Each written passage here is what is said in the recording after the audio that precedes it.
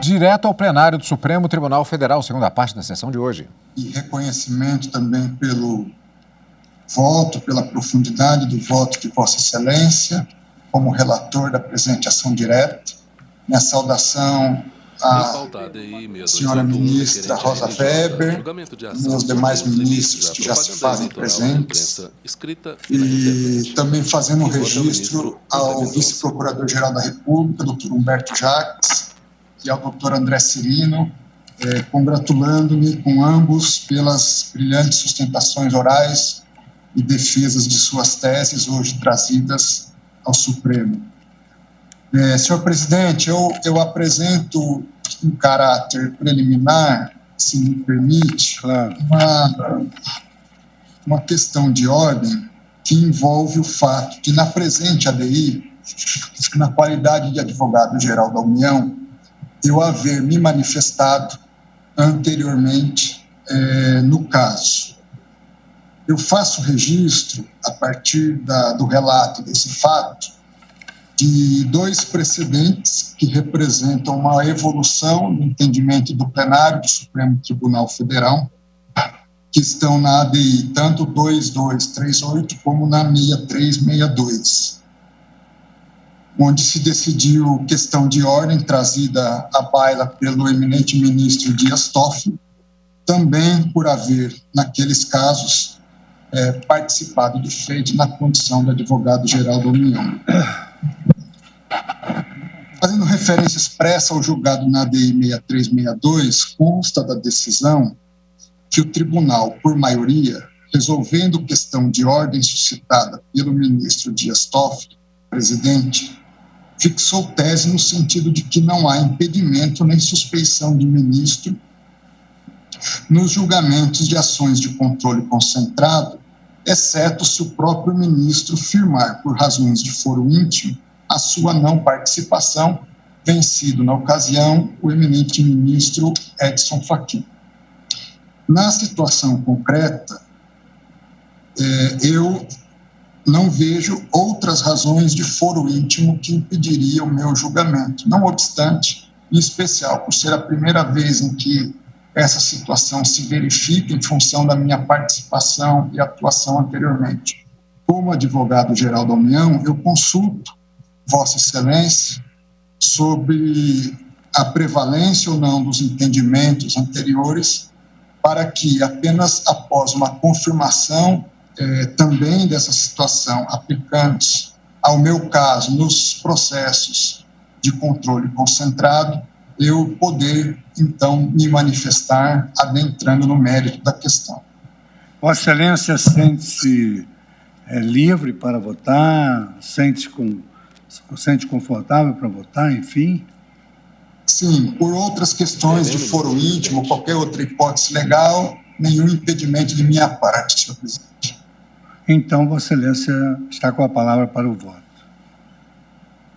Muito obrigado.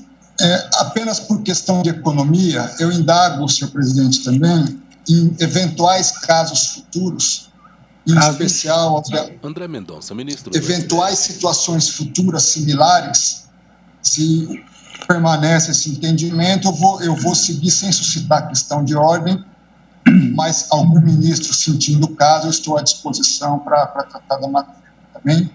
A jurisprudência da Corte é um bom critério objetivo que defende a sua posição, de sorte que nós vamos ficar sempre a depender das suas razões de foro íntimo. Se não houver... Eu agradeço. Excelência, fica à vontade. Agradeço, senhor presidente. Bom, diante do assunto, eu pedindo já de antemão vênias a Vossa Excelência, ministro Fux, meu voto vai em sentido divergente à tese trazida no voto conduzido por Vossa Excelência. Ao mesmo tempo, até porque diferentes as funções, também divergindo parcialmente da manifestação anterior que havia feito como advogado-geral da União. Então, não necessariamente porque se atua como advogado-geral da União, até porque a função é específica, de curador da constitucionalidade, defesa da constitucionalidade das normas, nesse caso específico, eu apresento uma posição parcialmente divergente daquela manifestada como advogado-geral da União. Assim, em evolução parcial ao posicionamento por mim externado na condição de advogado-geral da União, isto é, como defensor nos termos do artigo 103, parágrafo 3º da Constituição, firmo agora a convicção no sentido de que o requerente possui, em alguma medida, razão quanto ao artigo 43 da Lei 9.504 de 97. Isso porque, na dicção vigente do dispositivo em questão, a primazia conferida pela instância legiferante à forma escrita dos jornais desconsidera o modelo de negócios de boa parcela da imprensa na década que nós estamos, já no ano de 2021-22. Por oportuno, reproduzo dispositivo constitucional que considero importante para a compreensão da minha linha de raciocínio. Cito o artigo 222, parágrafo 3º da Constituição, que diz: os meios de comunicação social eletrônica, independentemente da tecnologia utilizada para a prestação de serviço, deverão observar os princípios enunciados no artigo 221, na forma de lei específica, que também garantirá a prioridade de profissionais brasileiros na execução de produções nacionais. Assim, o legislador ordinário, penso, não restou atento à inovação perpetrada pelo Poder Constituinte derivado, cristalizada na Emenda Constitucional número 36 de 2002, ao inserir no universo do regime constitucional dos meios de comunicação social as manifestações em formato eletrônico.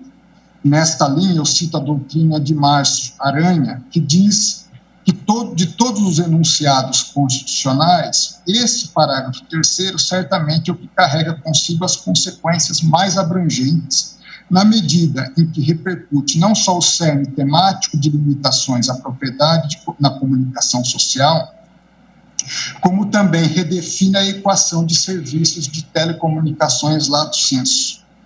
Sua repercussão no cerne temático de limitações à propriedade dá-se de 3 formas. Eu cito a primeira, mediante a expansão do conceito de meios midiáticos tradicionais de jornalismo e radiodifusão, para comportarem também conformações eletrônicas de comunicação social.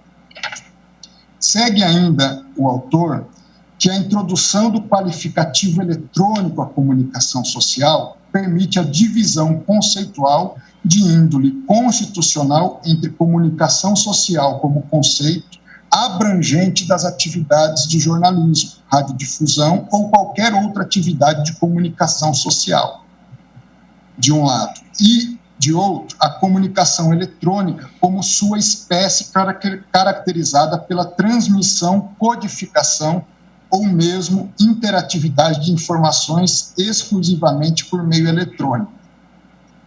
O significado do meio eletrônico afigura-se, portanto, essencial para a delimitação deste espaço de ampliação do âmbito de aplicação dos princípios enunciados no artigo 221 da Constituição Federal, por remissão do mencionado 222, parágrafo 3º.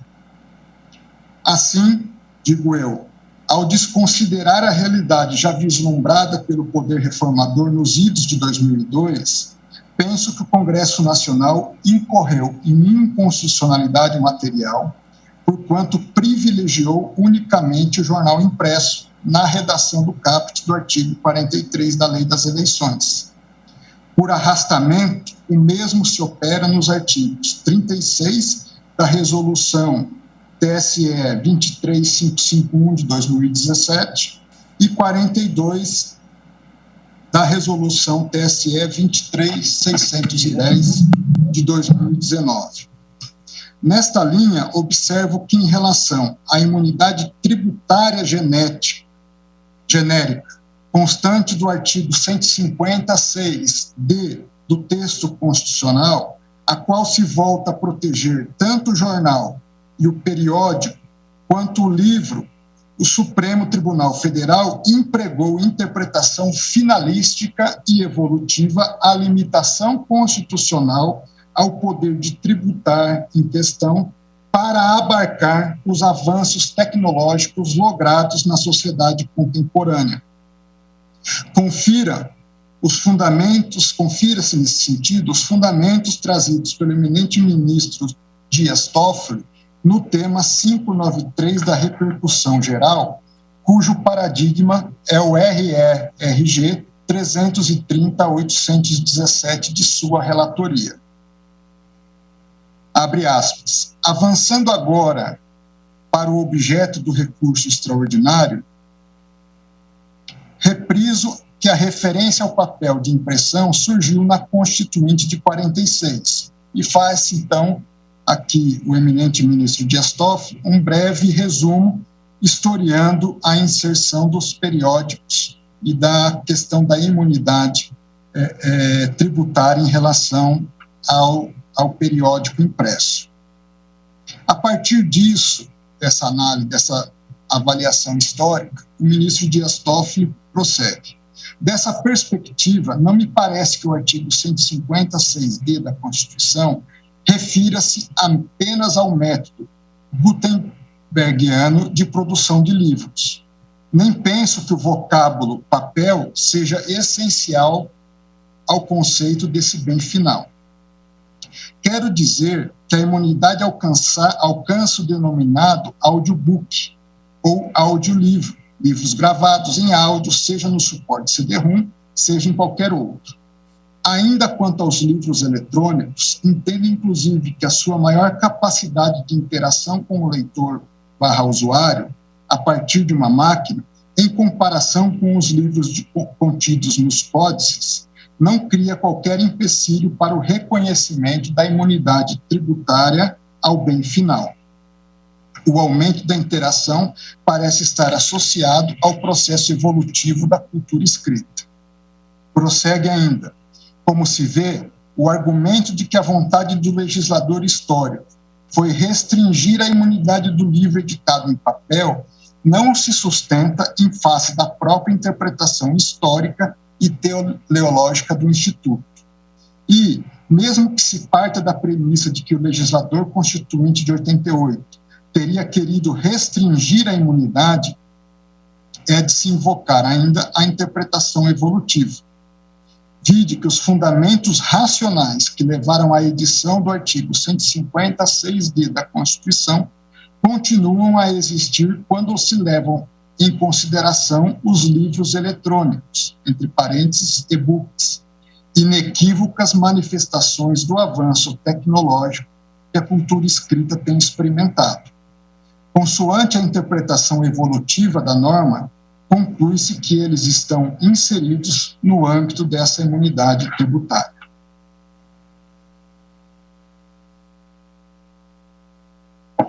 De igual modo, as mudanças históricas e os fatores políticos e sociais presentes na atualidade, seja em razão do avanço tecnológico, seja em decorrência da preocupação ambiental, justificam a equiparação do papel numa visão panorâmica da realidade e da norma, aos suportes utilizados para a publicação dos livros. Nesse contexto moderno, contemporâneo, portanto,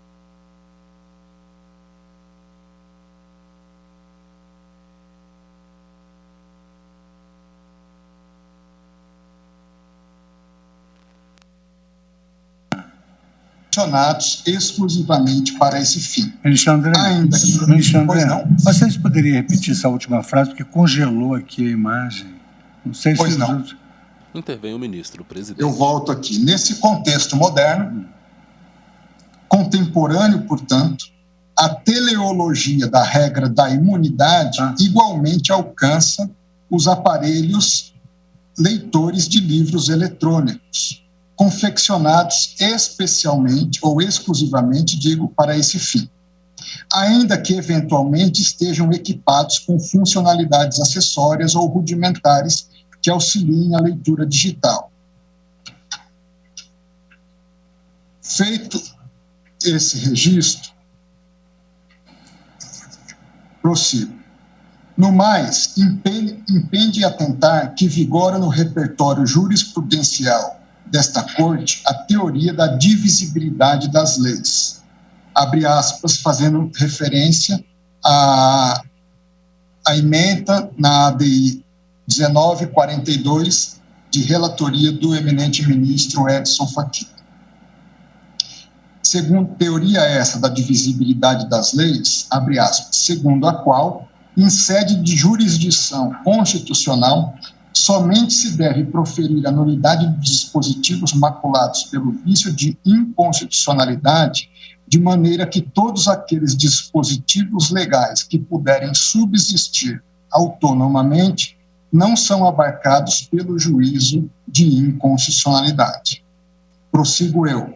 Logo, nos dispositivos supracitados revelam-se, a meu sentir, inconstitucionais apenas as expressões, abre aspas, escrita e a reprodução na internet do jornal impresso, fecha aspas. Ademais, por absoluta incompatibilidade regulatória, penso não se mostrar adequada a limitação dessas propagandas eleitorais em termos espaciais no que toca aos periódicos exclusivamente eletrônicos, isto é, no espaço máximo por edição de 1/8 de página de jornal padrão e de 1/4 de página de revista ou tabloide.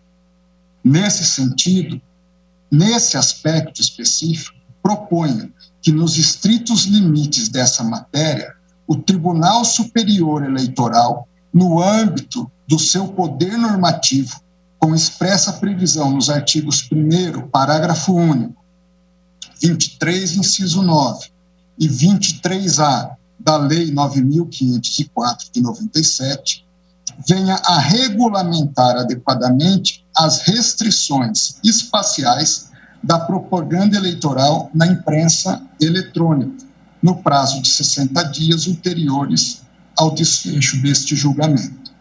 Ademais, que continue a fazê-lo em bases periódicas, sempre que assim o entender, até que o Congresso Nacional se manifeste sobre o tema por meio de instrumento legal específico. Então, esse é meu voto, senhores ministros, senhor presidente, em relação ao artigo 43. Prossigo agora, analisando o pleito específico atinente, por parte do autor, atinente a infirmar todo e qualquer limite de natureza quantitativa, espacial e temporal à propaganda eleitoral na imprensa, por conta de suposto processo de inconstitucionalização de norma legal, soberanamente decidida pelo Congresso Nacional no ano de 2009. A esse respeito, a meu ver, cuida-se de um passo já demasiadamente largo. Essa conclusão decorre de uma série de motivos, em contraposição aos argumentos suscitados pela associação requerente. Segundo a associação, este Supremo Tribunal Federal deveria declarar a inconstitucionalidade do artigo 43 das eleições por conta da ampla disponibilidade de meios de comunicação existentes a partir da internet. Dito de outra forma, em sua visão, os jornais tornaram-se potencialmente menos lesivos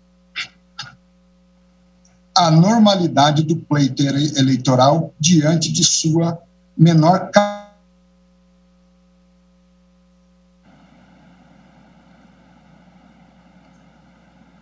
Ministro Alexandre, Vossa Excelência ouve o ministro André? Então é daqui. Então o problema é aqui.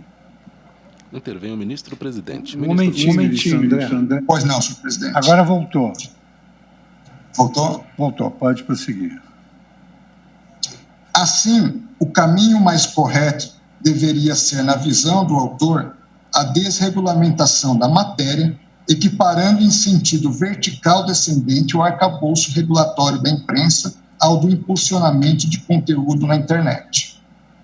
Com as devidas vênias, esse raciocínio não me parece correto, É certo que as idiosincrasias dos meios de comunicação social, em caso, redes sociais vis-à-vis jornais, exigem um raciocínio suficientemente complexo para abranger todas as consequências derivadas de eventual opção tomada por esta corte no sentido de infirmar um arcabouço normativo de matiz eleitoral com experiência decenal. De certo, não me ressoa adequado simplesmente se optar pela estratégia regulatória conhecida como corrida ao fundo do poço. Conforme já dito, as regulações jurídicas dos meios de comunicações da internet e da imprensa merecem abordagens muito cuidadosas e, por vezes, até díspares. Em pesquisa realizada no ACE Electoral Knowledge Network, o maior, em termos mundiais, repositório de conhecimento eleitoral, que foi lançado em 98 pela International IDEA e pelo Departamento de Assuntos Econômicos e Sociais da ONU, depreende o seguinte estado da arte em relação à propaganda eleitoral paga em jornais. Abre aspas. Saber se um país permite ou não propaganda política paga no âmbito da radiodifusão é muito dependente da tradição relativa ao estilo de propriedade das emissoras e, por consequência, do sistema regulatório que esteja envolvido nessa seara. Alguns podem considerar curioso que a questão da propaganda paga de iniciativa de partidos políticos e candidatos em jornais mostra-se pouco controversa. A prática mundial é quase universalmente a mesma. A propaganda é permitida, sujeita apenas a outras limitações, como o teto de gastos eleitorais e, por vezes, restrições em relação ao seu conteúdo.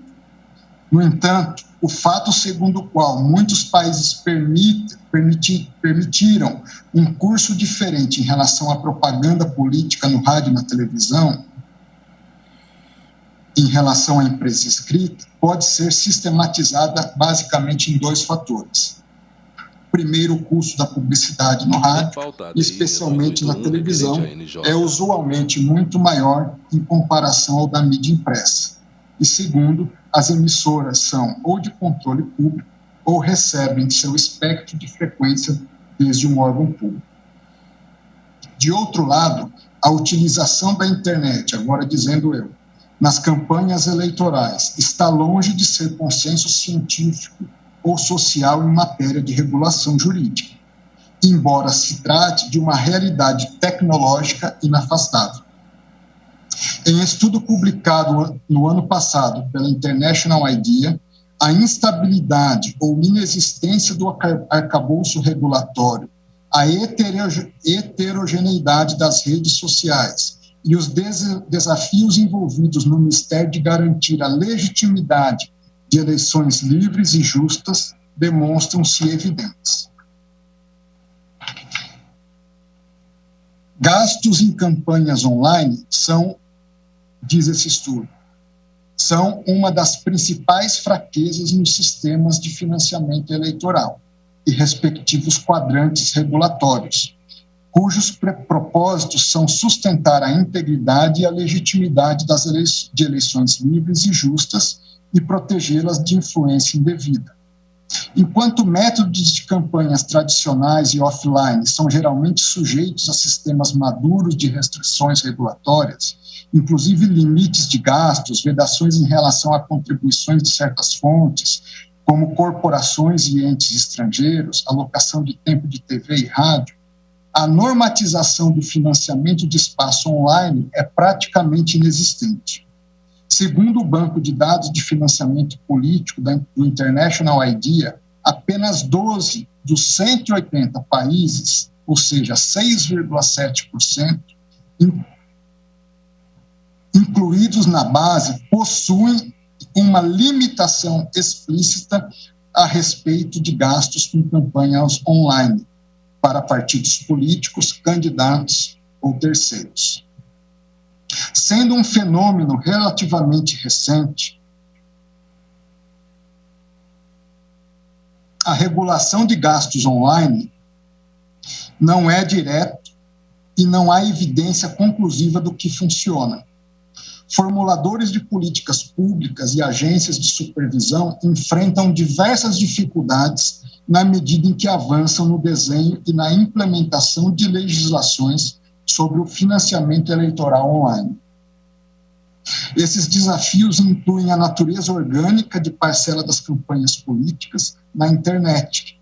Ainda assim, a falta de capacidade das agências de supervisão para monitorar as finanças de candidaturas baseadas no online, diferentes abordagens de propaganda política adotadas por distintas plataformas, dentre outros.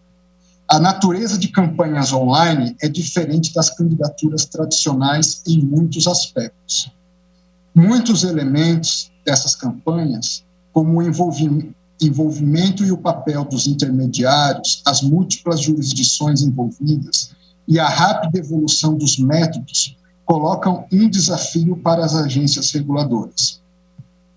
O desafio mais importante é como cada plataforma possui sua própria definição de propaganda política e fixa suas próprias diretrizes corporativas. E ou reage diferentemente às regulamentações governamentais a respeito da publicidade política em seu respectivo país. Por exemplo, a definição do Facebook, o que inclui o Instagram e o Snapchat, acerca de anúncios de coloração em tela, abrange a publicidade a respeito de assuntos sociais, enquanto o Google não trata anúncios sobre matérias dessa raiz como publicidade política.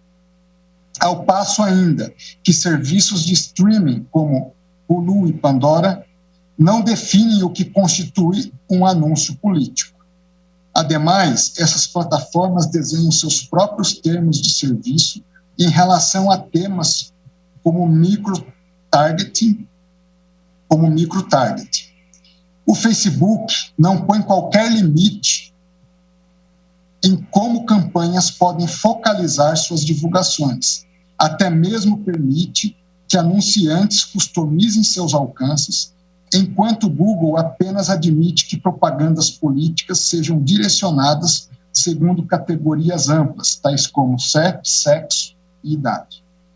Essas designações e políticas importam na medida em que impactam diretamente no cálculo do gasto total da publicidade online e respectiva supervisão.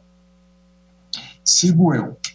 Em simplificado resumo, os jornais e as redes sociais operam sob racionalidades muito distintas no escopo das eleições e, por consequência, nivelar ambos os meios de comunicação social, equiparando-os por meio da desregulamentação dos primeiros, não me parece ser a solução mais adequada.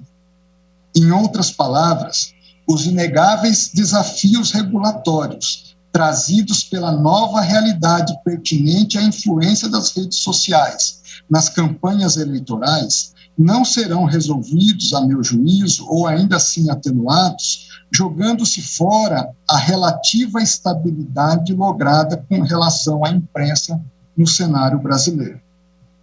Por conseguinte, a meu ver, parece-me mais seguro trilhar a orientação jurisprudencial desenvolvida pela Suprema Corte dos Estados Unidos em Randall versus Sorrell, do ano de 2006.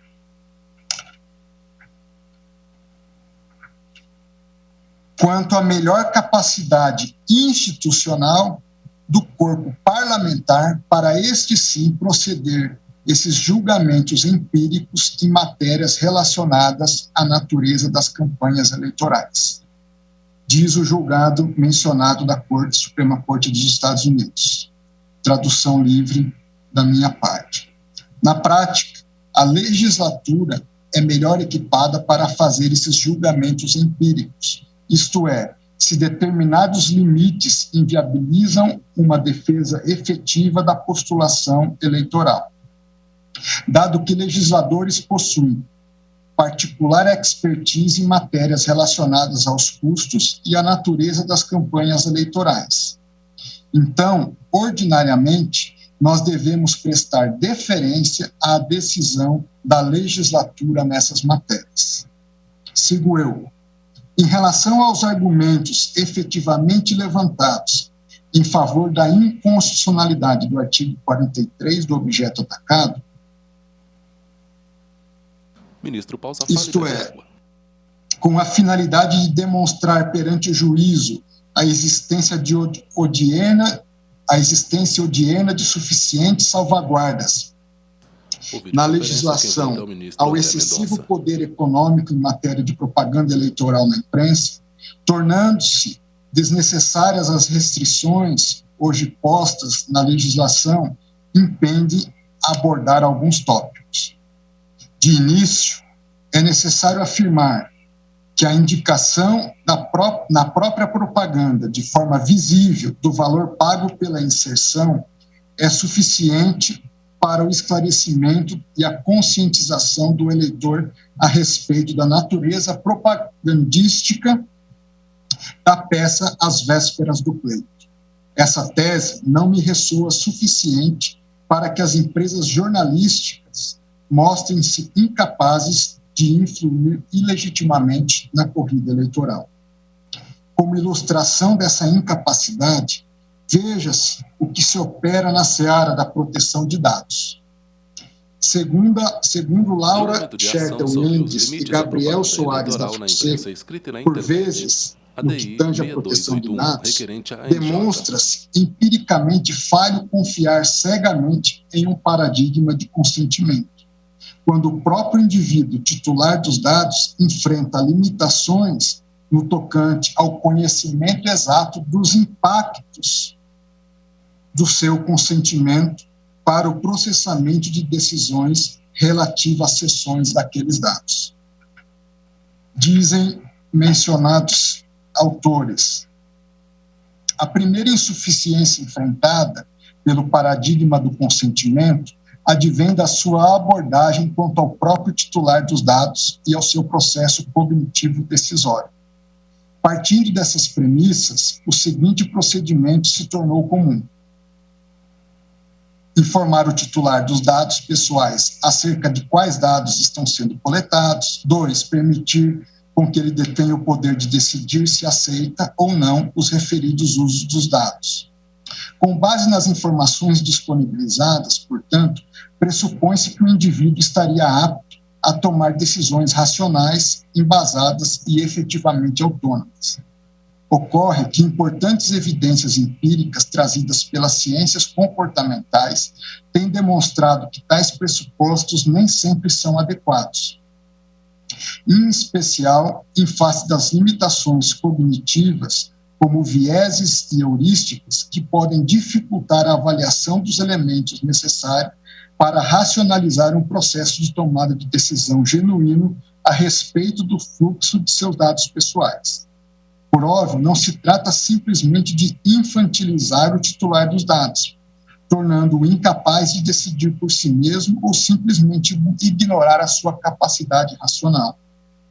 Porém, o foco excessivo na obtenção de seu consentimento, aparentemente informado, deixa de lado algo mais complexo: a real capacidade do titular dos dados pessoais de substancialmente compreender e avaliar os riscos e prejuízos que poderão advir de seu consentimento, sobretudo online. Nessas situações, o próprio consentimento individual se torna incapaz de corresponder com a verdade real do titular dos dados.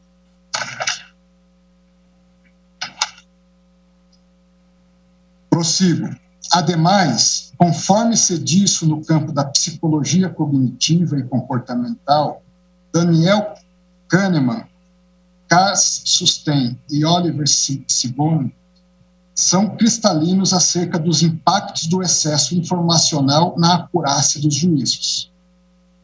Não custa rememorar ainda, e eu cito aqui a obra Noise, a Flaw in Human Judgment, desses autores, disponível no Kindle, Nova York, Hackett Book Group, 2021. Não custa rememorar ainda que se trata de um clássico das ciências econômicas, notadamente na Escola da Escolha Pública, a obra O Mito do Eleitor Racional, Por que democracias escolhem políticas públicas ruins, de Brian Kaplan, justamente por explorar o paradoxo do regime democrático no que toca à agregação de preferências particulares quando se tem a tomada de decisões por meio do autogoverno coletivo. No outro giro, argumento eu que a transparência quanto aos gastos de campanha demonstra-se tão somente um imperativo mínimo de honestidade e boa-fé decorrente das ordens constitucional e internacional. Em outras palavras, não se cuida propriamente de uma salvaguarda institucional a ser levada em conta por essa instância de jurisdição constitucional, mas sim de um mínimo minorum. Por exemplo, de acordo com o artigo 7, item 3 da Convenção das Nações Unidas contra a Corrupção, tem-se que cada Estado, diz o texto, cada Estado-parte deve também considerar tomar as medidas legislativas e administrativas apropriadas, consistentes com os objetivos desta Convenção e de acordo com os princípios fundamentais do seu direito doméstico, com a finalidade de incrementar a transparência no financiamento das candidaturas para os cargos públicos eletivos e, quando aplicável, no financiamento dos partidos políticos. Igualmente, nos comentários gerais do Comitê de Direitos Humanos das Nações Unidas, número 25, ao artigo 25, que trata da participação em negócios públicos e direito ao voto, consta o seguinte: limitações razoáveis nos gastos de campanha podem ser justificadas onde isso seja necessário para assegurar a escolha livre dos eleitores, para que a escolha livre dos eleitores não seja prejudicada, nem que o processo democrático seja distorcido por gastos desproporcionais em favor de algum candidato ou partido. Por fim, em relatório anual do Escritório do Alto Comissariado das Nações Unidas para os Direitos Humanos, proferido no dia 23 de julho de 2013, a respeito da promoção, proteção e implementação do direito à participação em negócios públicos no contexto da existência do direito da pessoa humana, melhores práticas, experiências, desafios e maneiras de superá-los, permaneceu afirmado o seguinte: instrumentos e mecanismos internacionais de direitos humanos reconhecem o direito de todas as pessoas a se envolverem plenamente e efetivamente influenciarem no processo público de tomada de decisões que as afetam. Para assegurar uma participação efetiva e completa nos negócios políticos e públicos em bases iguais, processos e mecanismos participativos devem se conformar a certos princípios. Antes de tudo, mecanismos participativos devem ser estabelecidos por lei, e todas as partes interessadas devem possuir acesso à informação de maneira tempestiva e transparente, o que implica em todo o esforço por parte das autoridades estatais em assegurar o acesso à informação de interesse público de maneira fácil, imediata, efetiva e prática. Em suma, trata-se de uma condição de possibilidade para que seja minimamente viável afirmar-se no Brasil uma democracia constitucional no cenário internacional. Logo, não acredito ser viável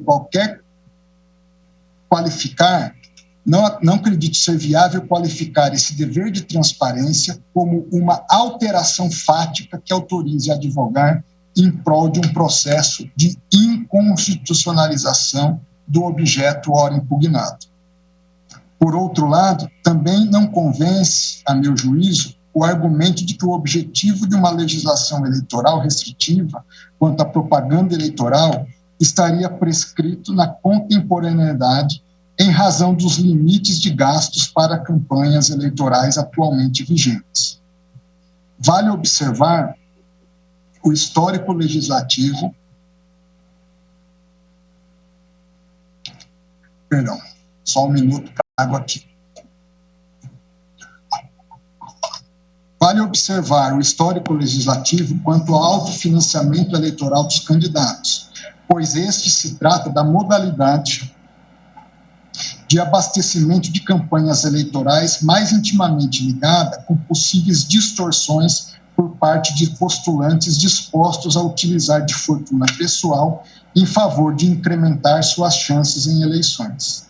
Até 2012, era a própria agremiação política a responsável por limitar o valor do ato. Depois, no prévio de 2014, restou estabelecido que o candidato poderia doar até metade de seu patrimônio à própria campanha. Já nas eleições seguintes, de 2016 e 2018, fixaram-se a necessidade de um limite, mas quedou impreciso exatamente qual era esse valor. Nesse contexto, foi da ciência de todos que candidatos a cargos de presidente da República, governador de estado, senador da República, deputado federal e prefeito de capital mobilizaram dezenas de milhões de reais em suas próprias campanhas, o que claramente coloca em dúvida a igualdade de chances nesses ciclos eleitorais, em afronta ao artigo 17 do texto constitucional. Por fim, a partir da Lei 13.879 de 2019, seu artigo 18C e 23, parágrafo 2º-A, ou seja, da Lei das Eleições, temos que o limite de gastos nas campanhas dos candidatos às eleições para prefeito e vereador na respectiva circunscrição será equivalente ao limite para os respectivos cargos nas eleições de 2016, atualizado pelo IPCA, aferido pelo IBGE, ou por índice que o substituir.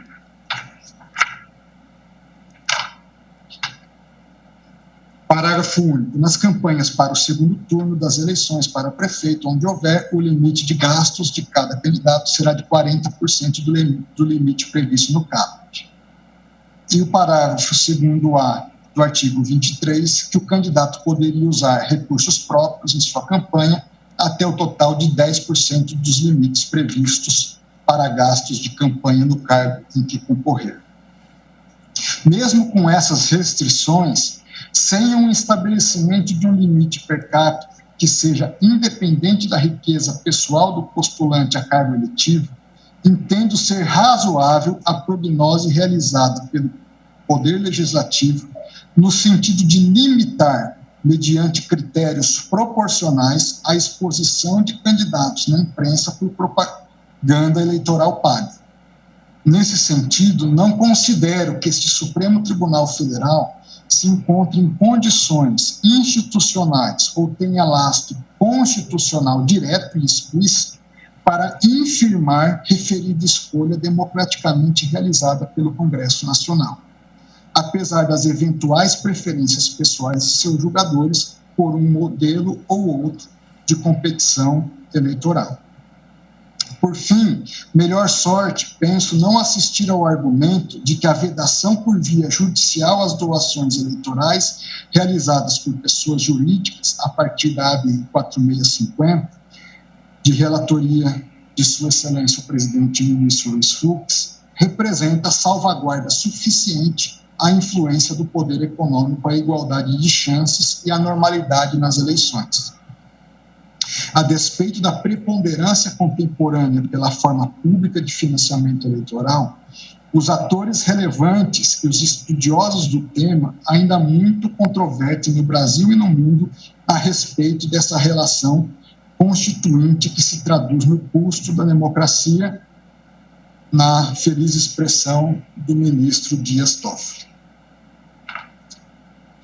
Em conclusão, rejeito o pedido formulado em favor da declaração da inconstitucionalidade das restrições impostas pelo caput do artigo 43 da Lei 9.504 às propagandas eleitorais pagas realizadas em veículos impressos tradicionais, tendo em vista que esse dispositivo não afronta diretamente qualquer parâmetro constitucional. Em síntese, aquilo que é a mídia impressa, entendo o dispositivo ser constitucional. Aquilo que é a imprensa eletrônica, o jornal eletrônico. O TSE, enquanto não houver uma regulamentação pelo Congresso Nacional, faria a regulamentação correspondente. Ultrapassado esse ponto, então, reputo que a interpretação conforme a Constituição pleiteada pelo requerente relativamente ao artigo 57C caput e parágrafo 1º da Lei das Eleições também não possui guarida constitucional. Isto porque, a partir de uma simples visualização topográfica da lei impugnada, observo que a regulamentação da propaganda eleitoral se opera de acordo com o meio de comunicação almejado. Assim, a meu ver, permanece escorreita a argumentação posta pelo vice-procurador-geral da República, Dr. Humberto Jacques, em relação aos distintos tratamentos normativos eleitos pelas instâncias legiferantes de acordo com os meios e mensagens veiculadas. Diz Sua Excelência: a propaganda na imprensa escrita é diferente da propaganda feita na internet. São meios e mensagens diversas, logo há necessidade de ter regramentos diversos. Da mesma forma, não se está impedindo a liberdade de informação ou livre acesso da atividade econômica. Aliás, é importante separarem-se esses dois vetores das empresas jornalísticas. A empresa jornalística legitimamente se remunera pela venda de exemplares e espaços publicitários em pleno exercício de sua liberdade econômica. Ao mesmo tempo, o veículo impresso, fora do espaço publicitário, exerce a sua liberdade de informação, opinião e expressão controlada soberanamente por seus leitores. Jornais e revistas cumprem uma tarefa essencial à democracia, com a discussão, a crítica, a investigação, o debate e a fiscalização do exercício do poder. São assegurados a esses veículos a tomada de posição e mesmo apoiamento a bandeiras políticas e candidaturas. Tudo acontecendo no campo das liberdades, sem intervenção, subsídio ou preferência estatal. Prossigo. A pretensão de excluir do âmbito de incidência da norma do artigo 57 caput, parágrafo 1º, inciso 1, da Lei 9.504, de 97, toda e qualquer organização econômica que produza, veicule e divulgue notícias, principalmente para admitir que essa propale em seus sítios eletrônicos propagandas eleitorais, pagas ou gratuitas na internet, terminaria por desvirtuar completamente a legítima opção tomada pelo Congresso Nacional. Ademais, isso seria feito sem amparo direto em qualquer norma constitucional idônea para tanto, com a devida vênia aos pensamentos em contrário. Assim, em consonância ao que já é argumentado em relação ao artigo 43 do diploma resgatado, a regulação jurídica, de um lado, dos periódicos e de outro, das redes sociais e dos buscadores, guardam peculiaridades que não permitem a equiparação pretendida. Por videoconferência, vota o ministro André A Mendonça. meu juízo, as latitudes da semântica referente às atividades de produzir, veicular e divulgar notícias culminariam por esvaziar de sentido normativo ou mesmo prático a divisão seccional levada a efeito na Lei das Eleições.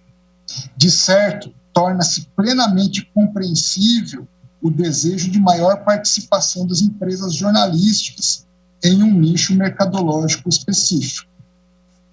No entanto, penso que isso, por si só, não justifica a inconstitucionalidade pretendida. Assim, ao reputar inconstitucional a exigência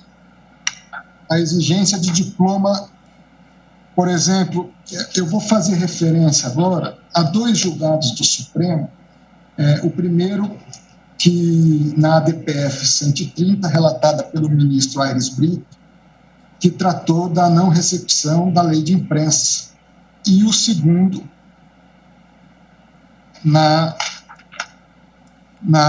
no recurso extraordinário 511 961, relatado pelo ministro Gilmar Mendes, que tratou do exercício da profissão de jornalista. Nesses dois enunciados, nesses dois julgados, o Supremo Tribunal Federal é muito claro ao garantir a plena liberdade de imprensa e de expressão, eu diria até à luz dos julgados, uma liberdade qualificada aos jornais e jornalistas. Mas o que nós estamos tratando hoje não é uma regulação da liberdade de imprensa.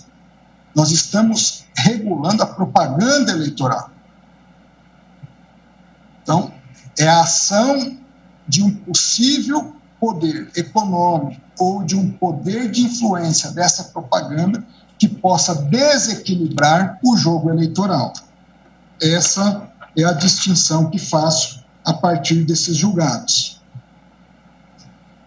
Portanto, em sentido correlato ao que foi por esse tribunal assentado também no tangente à classe dos advogados na ADI 3026, de relatoria do ministro Hélio Grau, a relevância da função dos jornalistas no âmbito das eleições, na verdade, no meu sentir, milita em desfavor da interpretação que é dada pela entidade autora. Nessa linha, veja-se o que está presente no comentário geral número 25 do Comitê de Direitos Humanos das Nações Unidas, esboçado na 51ª sessão de 12 de julho de 96. De modo a assegurar a plena fruição dos direitos protegidos pelo artigo 25, a livre comunicação de informações e ideias acerca de assuntos públicos e políticos entre cidadãos, candidatos e representantes eleitos é essencial. Isso implica uma imprensa livre e outras mídias aptas a comentar sobre assuntos públicos sem censuras ou constrição, assim como a informar a opinião pública. Isso requer o pleno usufruto e respeito aos direitos garantidos nos artigos 19, 21 e 22 da Convenção, inclusive a liberdade para engajar-se em atividades políticas, individualmente ou por meio de partidos políticos e outras organizações, liberdade para debater assuntos públicos, realizar demonstrações e encontros pacíficos, criticar e se opor, publicar materiais políticos, fazer campanhas eleitorais e propagar ideias políticas. Ou seja, toda a construção é no sentido de, ao mesmo tempo em que se garante a plena liberdade de imprensa e jornalística, haver algum tipo de regulamentação que não permita uma influência significativa do poder econômico a cooptar o sistema a própria liberdade de imprensa. Na mesma toada, no bojo de estudo elaborado por Comitê de Experts acerca do pluralismo e transparência no controle da mídia, relatada por Damian Tambini, patrocinado pelo Conselho da Europa em 2017, afirmaram-se que os princípios gerais aplicáveis à cobertura midiática das eleições na ambiência europeia e as mudanças disruptivas constatadas com a emergência dos métodos digitais de campanha eleitoral, se estabeleceram os seguintes princípios gerais de cobertura midiática das eleições, que incluem não interferência pelas autoridades públicas, independência editorial da mídia, exigência de cobertura justa, balanceada e imparcial pela mídia controlada por autoridades públicas, transparência da mídia em relação ao conteúdo de propaganda eleitoral paga, bem como a propósito do controle acionário do veículo por partidos políticos ou mesmo por políticos. Na Europa, como também em outros lugares, gastos eleitorais deslocaram-se significativamente para o digital ao longo de uma década. Isso levanta questões sobre a eficácia da regulamentação do financiamento eleitoral existente. Uma mudança, registra-se, lógico, uma mudança dos consumidores para as mídias eletrônicas, e que agora, então, prossegue. Essas novas formas de propaganda digital são menos conhecidas em relação às suas predecessoras correlatas e são inerentemente menos transparentes. Elas podem minorar as definições e os limites existentes baseados em mídias específicas, bem como a habilidade do regime como um todo para criar um campo com igualdade de chance. O que isso quer dizer com isso? Eu não posso desregulamentar algo que, a princípio, tem trazido uma regulamentação, a meu sentir, que tem permitido uma pacificação e justiça no processo eleitoral, a pretexto de trazer a igualdade. Se precisa melhorar o sistema, vamos melhorar o sistema, mas não pela pura e simples desregulamentação de uma parte do setor. Logo, uma vez mais, considero que os meios em questão são pouco comparáveis e, por consequência, não são passíveis de imediata equiparação, por força de uma hermenêutica ou criativa interpretação jurisdicional com as vênias aos que pensam em contrário.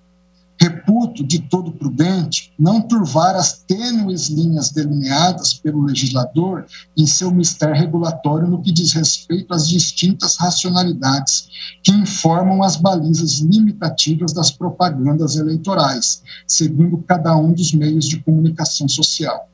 No âmbito da liberdade de expressão vigente na internet, entendo mais adequado prestar deferência na decisão de tais matérias ao Poder Legislativo da União e respectivos representantes eleitos, nos termos do disposto nos artigos 22, inciso 1 e 4, e 48, inciso 12 da Constituição da República, assim como aos órgãos da Justiça Eleitoral, nos termos do artigo 118 da própria Constituição, bem como a própria sociedade civil livremente organizada. Assim, indo para as conclusões, em síntese, firmo convicção no sentido do não acolhimento da interpretação conforme a Constituição proposta ao artigo 57C, caput, parágrafo 1º da Lei 9.504, de 97. Ante o exposto, e aqui o dispositivo do meu voto, conheço da ação direta de inconstitucionalidade e, no mérito, julgo-a parcialmente procedente apenas para declarar a inconstitucionalidade da expressão, abre aspas, escrita e a reprodução na internet de jornal impresso, fecha aspas, constante nos artigos 43, caput, da Lei 9.504, de 97, no artigo 36 da Resolução TSE 23551 e artigo 42 da Resolução TSE 23610. Ainda declaro omissão parcial por parte do Congresso Nacional nos referidos atos normativos, no sentido de normatizar restrições espaciais aos periódicos exclusivamente eletrônicos, que obtenham fins regulatórios equivalentes às já existentes em relação ao jornal impresso. Ademais, enquanto não sanado esse ato omissivo, proponho delegar ao Tribunal Superior Eleitoral a incumbência para regular a matéria, com amparo nos artigos 23.9 do Código Eleitoral e 57J da Lei das Eleições. Assim, eminente presidente, com as devidas vênias aos brilhantes fundamentos e voto de Vossa Excelência, eu abro divergência em relação à matéria. Eu agradeço a paciência e a atenção de todos no acompanhamento do meu voto. Vossa Excelência, então, julga improcedente. Não, eu julgo parcialmente procedente no tocante ao 43, ministro Fux. Se me permite, a leitura do dispositivo, a partir dessa interpretação, ficaria: são permitidas, até a antevéspera das eleições, a divulgação paga na imprensa de até 10 anúncios de propaganda eleitoral por veículo em datas diversas para cada candidato. E aí, a sequência dos espaços consignados na imprensa escrita. Caberia, a meu sentir, ao TSE fazer uma regulamentação específica, enquanto não houver pronunciamento do Poder Legislativo, no tocante aos jornais em mídia social. Agora, muito obrigado. Então, notado pela Secretaria, passo a palavra agora à Sua Excelência, Ministro Nunes Marques, para o voto. Senhor presidente, quero parabenizar o voto de Vossa Excelência, do ministro André Mendonça, e na pessoa de Vossa Excelência quero cumprimentar todas as ministras, os ministros dessa corte, o vice-procurador-geral da República, o advogado presente à sessão e a senhora secretária da sessão. Vou direto ao voto, presidente, em razão, inclusive, do adiantado da hora. Logo depois da primeira experiência democrática da antiga Grécia, a história passa a revelar como infactível o empreendimento das assim chamadas democracias diretas. Parece certo que as sociedades contemporâneas identificam na democracia o único regime a ser conquistado e preservado. Não há exceção a esse rol de sociedades, inserindo até mesmo as nações oprimidas por ditaduras, sempre fadadas a ruir mais cedo ou mais tarde. Mas a concretização do ideário democrático não se realiza, senão, sob a forma representativa, ainda que temperada por certos mecanismos constitucionais viabilizadores de opções políticas a serem diretamente adotadas pelo povo. Ocorre que as democracias representativas apresentam suscetibilidades incogitáveis, fossem elas diretas, tal como na antiga Grécia. Assim, a eleição deve ser estrita adequação com a vontade popular consignada nas urnas. Antes, é imprescindível que essa vontade seja construída num ambiente fecundo de opiniões e ideias, onde a todos seja garantido o direito de dizê-las e ouvi-las em igualdade de condições. Cabe, então, a certas instituições republicanas, mormente ao Congresso Nacional, criar regras ao processo eleitoral, numa tarefa de verdadeira autopreservação do fenômeno democrático. Os dispositivos legais ora impugnados, portanto, motivam-se no propósito de ver depurado o processo eleitoral. Neles, objetivou-se, primeiramente, salvaguardar as eleições do poder financeiro e na escolha dos agentes políticos. Óbvio, interferências assim não surgem necessariamente do desejo de se realizar o bem comum. Não obstante, com ele, às vezes até possam coincidir.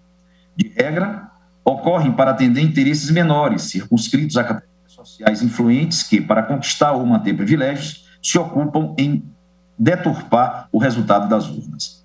Os dispositivos legais impugnados também tiveram o propósito de dar racionalidade à propaganda eleitoral, permitindo que, com menos gastos, mais candidatos consigam expressar-se em igualdade de condições e mais eleitores possam ouvir no pontapé inicial de uma dialética a serviço da cidadania.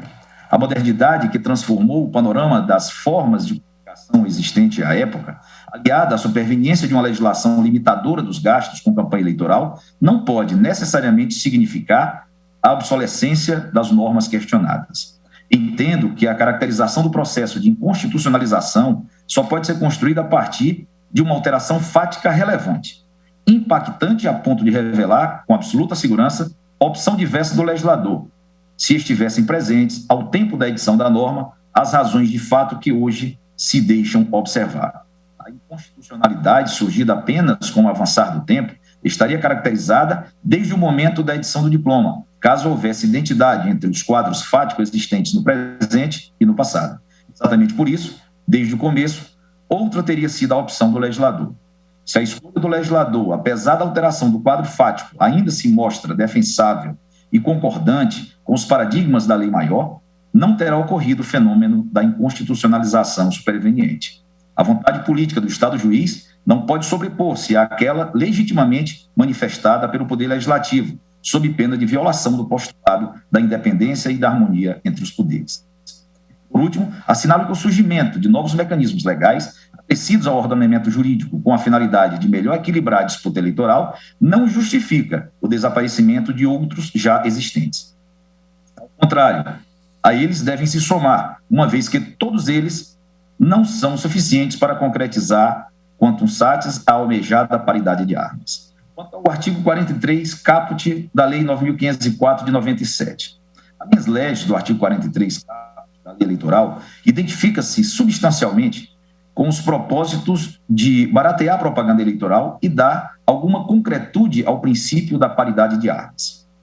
Nos periódicos impressos, individualmente considerados, permite-se que cada candidato veicule 10 vezes sua propaganda eleitoral, em generosos espaços que correspondem a 1/8 de página, se jornal, 1/4 se revista o tabloide, até antevéspera das eleições. Portanto, nas restrições impostas pelo dispositivo legal, não divisa o mínimo menoscabo às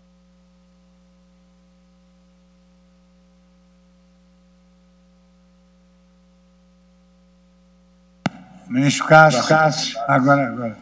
É porque a voz tinha falhado. Para além de jornais e revistas impressos, os candidatos dispõem de um vasto rol de instrumentos a serem utilizados para divulgar suas ideias e propostas, os quais, na prática, têm sido preferidos. Por isso, se pode ver claramente que as restrições impostas pelo artigo 43 caput da Lei Eleitoral não significam qualquer embaraço à liberdade de expressão dos candidatos a cargos eletivos. Também, aos veículos de imprensa, não se sonega a liberdade de expressão, absolutamente. A propaganda eleitoral, por natureza, presta-se a disseminar só as virtudes autodeclaradas por aqueles que disputam a predileção do eleitorado, com o objetivo de conquistar cargos políticos nos poderes executivo e legislativo. Não se trata, pois, de um local destinado ao debate político propriamente dito, ao confronto de ideias e muito menos à divulgação de informações isentas. Diferentemente, no espaço de propaganda vendido para os candidatos, não é dado ao veículo de imprensa emitir qualquer opinião ou noticiar qualquer fato, ainda que verdadeiro, capaz de desprestigiar o anunciante. Em verdade, nesse caso, o espaço de propaganda eleitoral representa um produto a ser vendido aos partidos políticos e aos candidatos. Assim sendo, não há qualquer relação entre ele e a atividade jornalística, que se deve desdobrar na divulgação de fatos verdadeiros e não na emissão de opiniões sinceras e isentas dentro dos limites legais. Por essas razões, descabe cogitar que a norma impugnada possa empobrecer o debate político ou comprometer o fact-checking, destinado a evitar que notícias falsas contaminem o sufrágio popular. Resultam incólumes, portanto, os postulados da liberdade de expressão, de imprensa e de informação. Nada em contraste com os valores da democracia, da república ou do pluralismo político. Conforme já notado, os candidatos podem propagandear livremente suas opiniões e propostas, devendo apenas obediência aos limites da lei, os quais foram definidos com o objetivo de baratear as campanhas e garantir a igualdade de condições na corrida eleitoral. Ademais, acomodam-se no interior das bitolas fincadas pela razoabilidade, pela proporcionalidade, sem mínima restrição à liberdade de expressão, de imprensa e de informação. Durante o processo eleitoral e mesmo noutros momentos, a todos, candidatos e eleitores, reconhecem-se as liberdades de opinião, de expressão e de voto.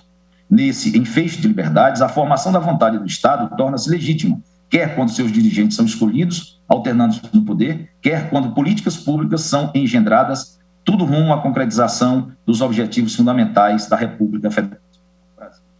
Rigorosamente, não existe qualquer relação entre o conteúdo da norma impugnada e as liberdades que alicerçam os projetos de democracia, de república e de pluralismo político. Limitações impostas pelo artigo 43 a cargos eletivos e, por consequência, aos veículos noticiosos de forma impressa, que assim são autorizados a vender para cada um dos diversos candidatos 10 anúncios publicitários no espaço correspondente a 1/8 de página se jornal e 1/4 se revista o tabloide até antevéspera da eleição. Evidentemente, apesar do reconhecido papel que desempenham para a consolidação da cidadania, não se pode deixar de reconhecer o caráter empresarial dos órgãos de imprensa. Em regra, eles existem para gerar lucros. Para isso, duas costumam ser as principais fontes de receita. 1, a venda de exemplares, em avulso ou por assinatura, e 2, a venda de espaços destinados a propagandas e anúncios publicitários. Propaganda ou anúncio publicitário, muito próprio às economias de mercado, significa, na grande maioria das vezes, mecanismo destinado a alavancar negócios comerciais.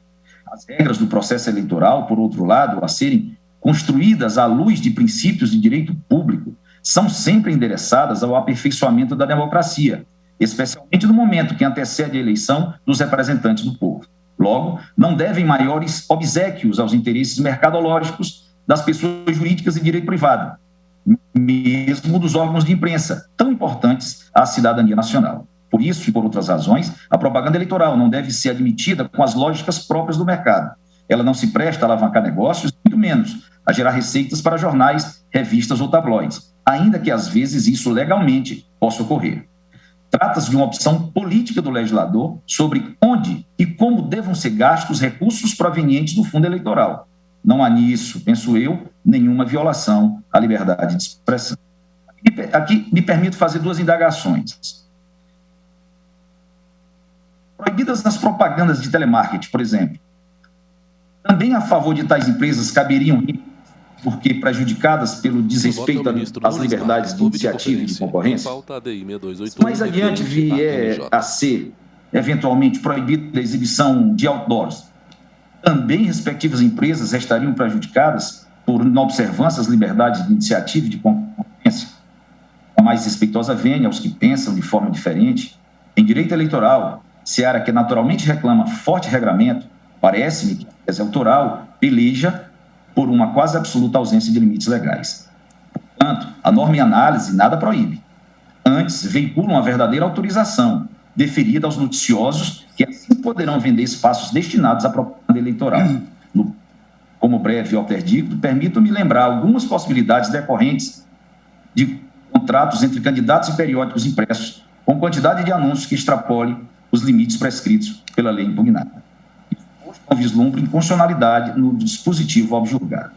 Quanto ao caput do artigo 57C da Lei 9.504 de 97.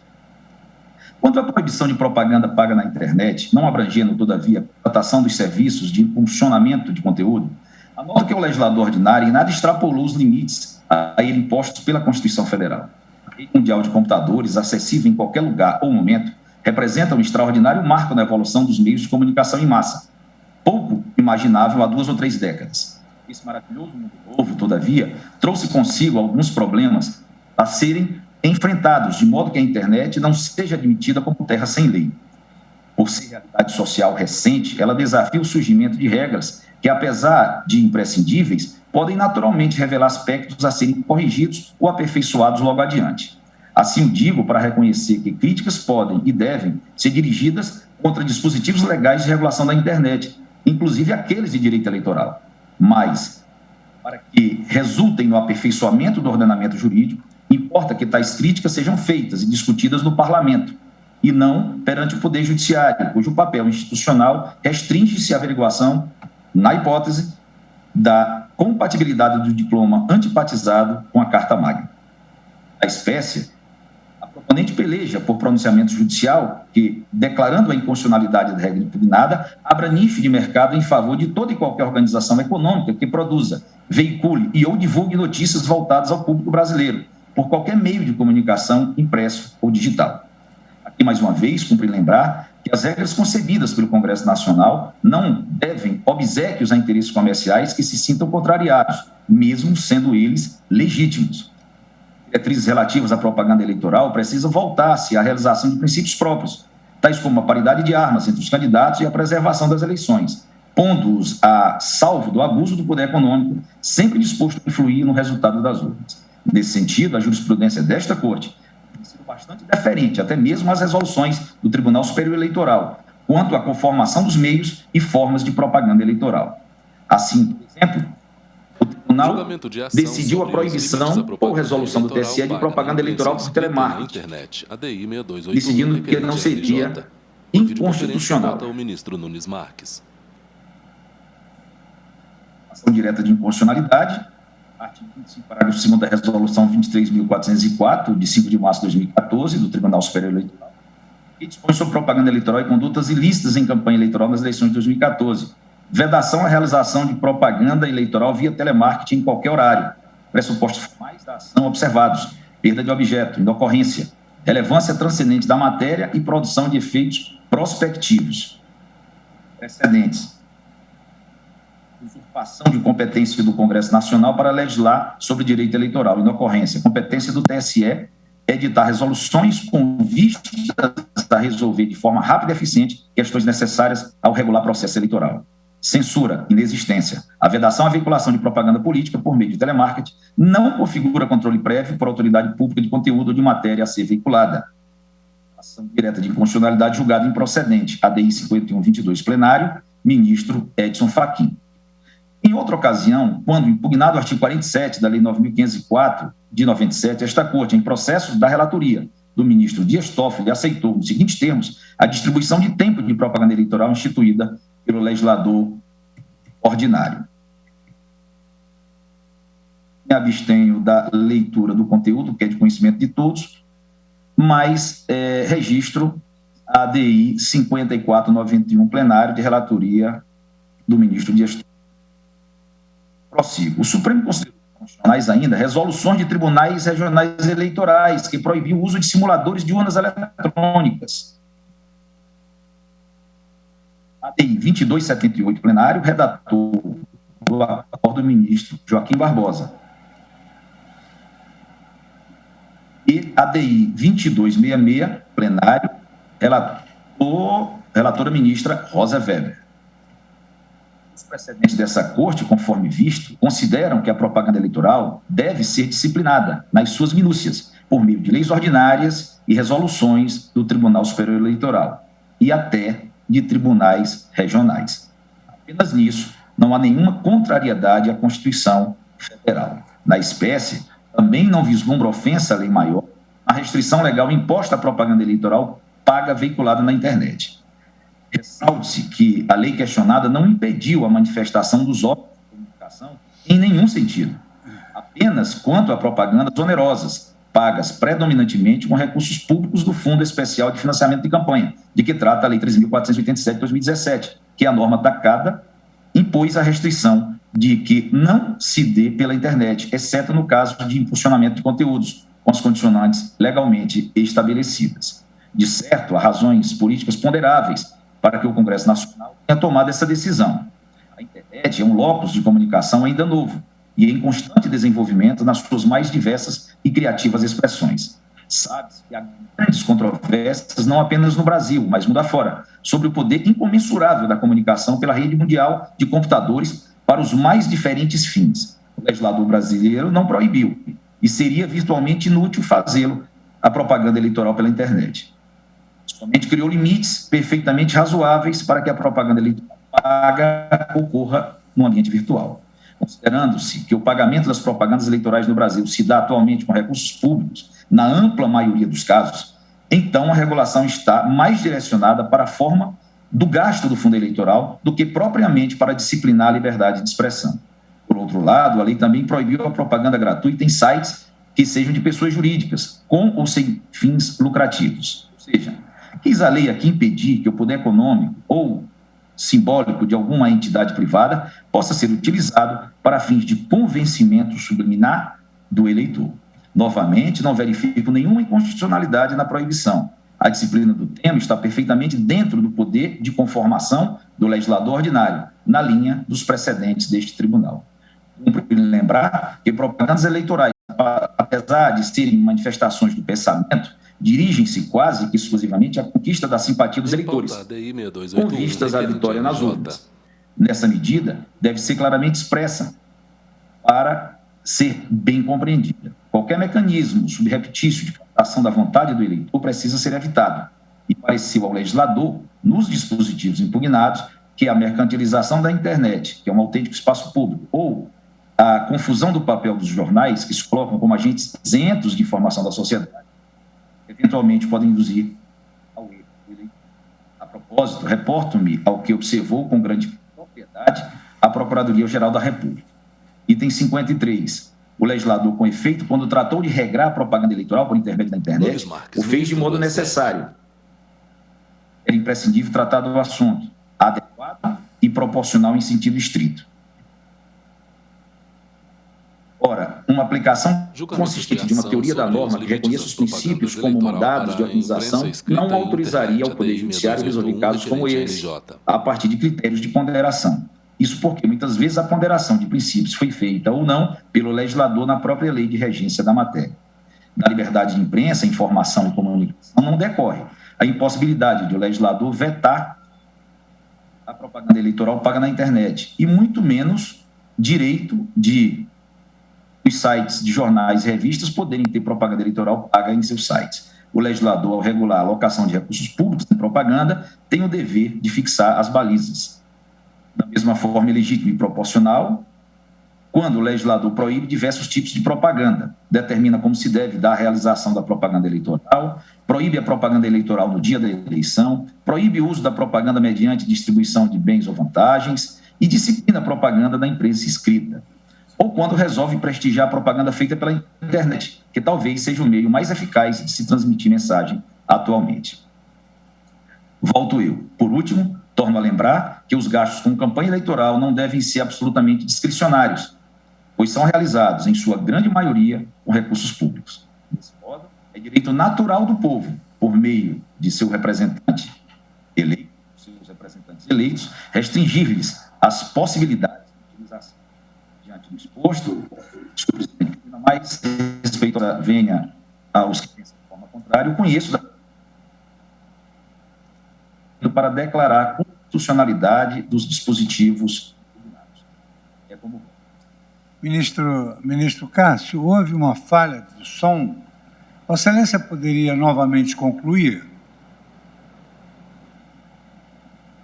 Não, presidente, eu pedindo mais respeito aos que pensam de forma diferente, eu conheço da ação, mas julgo improcedente o pedido para declarar a constitucionalidade dos dispositivos impugnados. Improcedente, né?